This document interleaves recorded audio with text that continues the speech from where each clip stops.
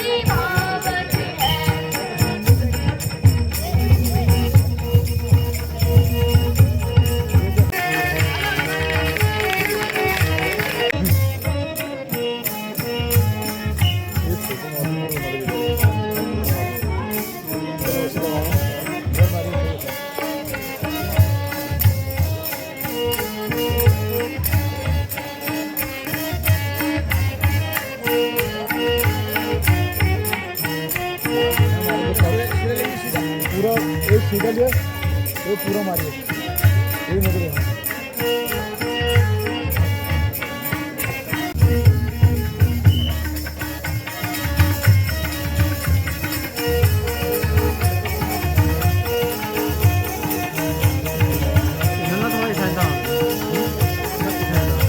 मालिक